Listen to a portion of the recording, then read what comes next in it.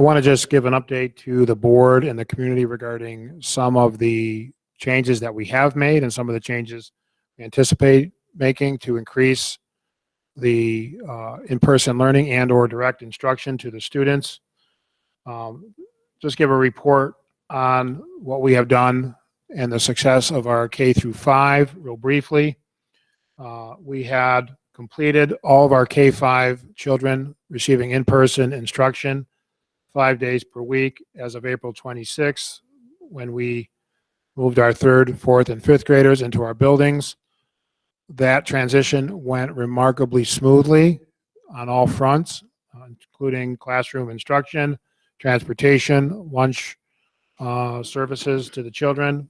Again, I want to thank the principals, the teachers, and all of the support staff and the families for making that work successfully. The grade 6 through 12 program, we spent the last several weeks planning some changes to that program. You may recall that the New York State Department of Health guidelines that were issued on April 9th were tied to community transmission rates in each of the counties across the country. At the time we started planning these changes, cohorting of students at the middle school and high school level was required based on the classification of Rensselaer County by the CDC. So we went forward and we planned an option that would involve bringing all of our 6th grade students whose parents wanted them to participate in 4 days of in-person instruction. That planning is completed. We will be utilizing a learning pod model for situations in which the number of students in each class per period exceeds the capacity, remembering that we're using 6 feet social distancing in the 6th grade. I spoke with the administrative teams of the middle school today. There are very small numbers in most classes of students having to be in that arrangement, ranging from 2 to 3 with the exception of one art class that has 7. And that just happens to be there are a lot of kids who happen to take that art course who are currently participating in person. There is a full plan in place to accommodate all of those students, to track those students, and to manage that virtual instruction that will occur within the building. And we see the benefits of that because the kids are coming back into transition and scheduling more of a predictable schedule, having to come to school 4 days per week. We do maintain the full remote option at 6th grade. We will maintain that as long as we are continued required to do that. At the grade 7 through 12 level, we had discussions with our teachers union and with our administrators and through faculty and staff meetings that we felt that it was important to transition our middle school and high school students back to a more regular schedule. We feel that as we prepare for September for full in-person learning, and as Mr. Buno said, we hope that that will happen, and we anticipate that we'll have guidance to enable us to do that. We feel that following their 8-period or their 9-period schedule, even on remote days, is an important transitional step to make sure the kids get back in the groove. So we've asked and required that all of our teachers, regardless of courses, permit kids on their scheduled remote days to virtually live stream into the class. And all of those communications have occurred with our families and with our teachers. We expect that as we move to complete the year, again, there will be a gradual restoration of some of the normal expectations. However, we recognize that we have to scaffold support for our students. We know that in some cases our students are going to be experiencing transitions both this year and next year. So in areas such as attendance, while we maintain expectations of good attendance, we're going to be coaching those students into meeting those expectations. And we're encouraging teachers to communicate with our parents and directly with our students if there is an issue where students are late for class, a remote class, or missing classes. And so we're going to gradually build up to more of a normal expectation. On Friday of last week, through an informal communication from another superintendent, we learned in our region that the CDC reclassified Rensselaer County and some other counties as no longer being at risk of high risk community transmission to down to substantial risk.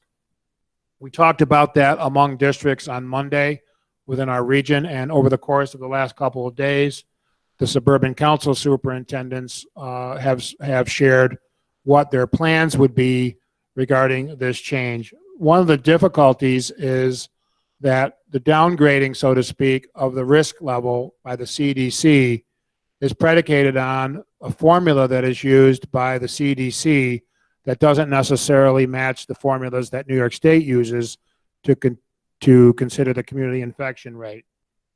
Based on the data that we had available in Rensselaer County on Monday, we were about 26 positive cases short of being reclassified into the higher risk transmission rate. Makes it very difficult for a school district to plan right now and move all of our kids in for in-person learning. We could be in a situation where we're putting more furniture in classrooms, we're asking more kids to come in on buses, we're asking for the lunchroom arrangements to be changed, only to find out that once we do that, with only 35 days left in the school year, we are required to cohort because the infection rate changes, community transmission rate goes up slightly, and we are back in a situation where we are not in compliance. And we felt that for the rest of this year, and we are being consistent with Rensselaer County and all of the districts that we work with in the suburban council, at the middle school and the high school level, our recommendation is we keep the current program in place at the grades 7 through 12 with the virtual live instruction, and we work with the data that we have available to move to the full in-person model in September. But to change now and have to change back, we think would be significantly disruptive of students, of families, and of our staff's delivery of the program. We have heard from some parents concerns about this short transition that we're making to the virtual live instruction. We've had some parents contacting us that they prefer the asynchronous remote. We've had many more parents through our faculty and staff meetings indicating that this was the direction they wish we had gone in earlier, but we weren't able to do so. So our recommendation right now at grades 7 through 12 is it's so late in the year that we feel that making any changes based on the new classification of the CDC regarding Rensselaer County would be more problematic than staying the course. Thank you, Mr. Simons. Any questions for Mr. Simons regarding the communication? So those communications went out. We have feedback here and there. Board members, any concerns about staying the course for 7 to 12 and then moving to the May 10th? The move would be to the synchronous learning, right, Mr. McHugh? Move to synchronous learning for those 4 days a week. Okay. Seems appropriate. I think given the timing, that's the way we would proceed. In our 6th grade, seems to be going well. 6th grade will start the 10th. The 10th as well. And that will be full in person for those families that want their children to come in 4 days a week. It's maintaining the virtual Wednesday with many kids coming in for extra support on Wednesdays at both the middle school and the high school. And the 7 and 8 would remain at virtual live instruction on the remote days and the 2 day a week in person. Dan, I know we've brought in substantial numbers of students who have been struggling as well, right? It's more than 100 at the high school. I'm not sure of the exact count at the middle school, but where we could bring students in who met certain academic concerns or social emotional concerns, we brought them in for more additional in-person instruction. Okay. All right. Any more comments on this topic? It's difficult. It's too bad it wasn't a couple months ago when we got this information where we could really transition to a more in-person learning across the board. If we had gotten I thank you for saying that, Mr. Buhn. If we'd gotten the regulation changes earlier in the year, and if we had were able to anticipate this, even 4 weeks ago, 3-4 weeks ago, we would have made the shift.